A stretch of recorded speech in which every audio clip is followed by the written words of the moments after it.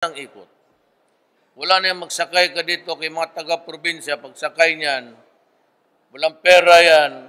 Pupunta pa doon sa isang, sabi ko, in BI, BIR o anong klaseng permit dyan. Diyan, lipat ka doon sa isang table. Ngayon, may computer. Trabaho ninyo yan.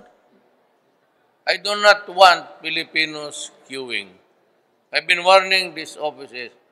Huwag ninyong pabalik-balikin yan maglinya. Pura niyan. Kung hindi mo kaya, sabihin mo, maghanap ako ng bago. Sabihin ko yung mga experts sa IT nandito, umuwi ka ng Pilipinas. Maraming trabaho ngayon doon. Maraming trabaho sa Pilipinas.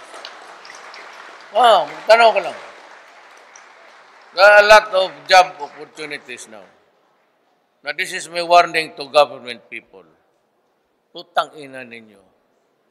Maraming Pilipino sa labas na marunong.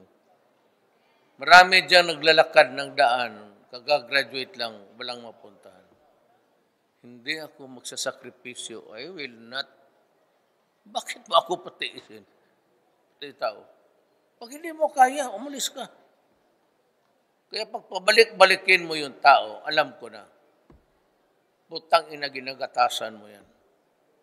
Wala talagang iba. There's no other reason why you should be asking an applicant to go and forth sa opisina mo. Kalukuhan yan.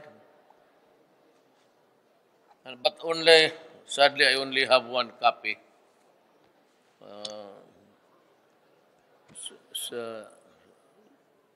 Sino naging pare dito? Basahin ninyo yung kalukuhan ninyo. Malaman ninyo, ikaw pati ako, hindi tayo maglayo. May mga babae rin ito. May mga... So, I would like to just maybe give it to an officer or whatever, ilagay ko lang dito. So just place it there kung sinong mauna. Kaya ngayon.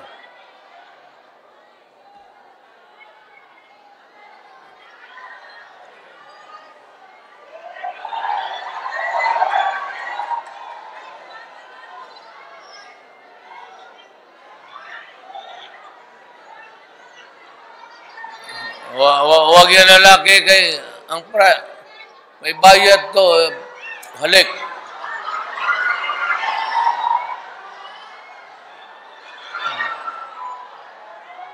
Ikaw, yung kaputi.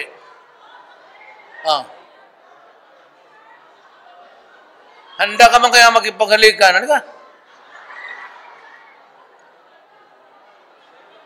Bantay, ha?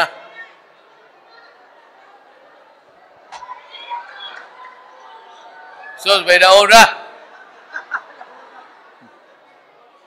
Hindi, ganito na lang. Halika.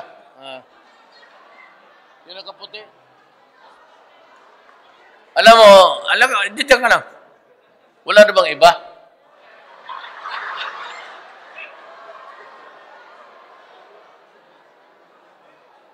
May dalawa dito.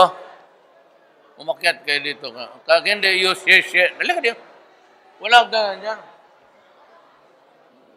Paki-guide. Para fair. Dali mo lang ito basahin. Maybe after you, give it to her.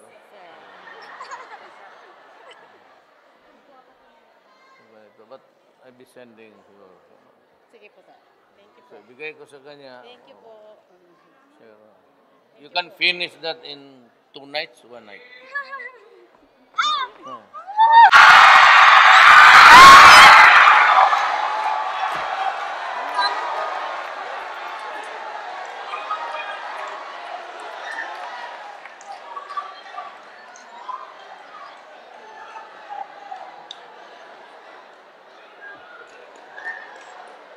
Sunod balik ko, magdala ako ng marami.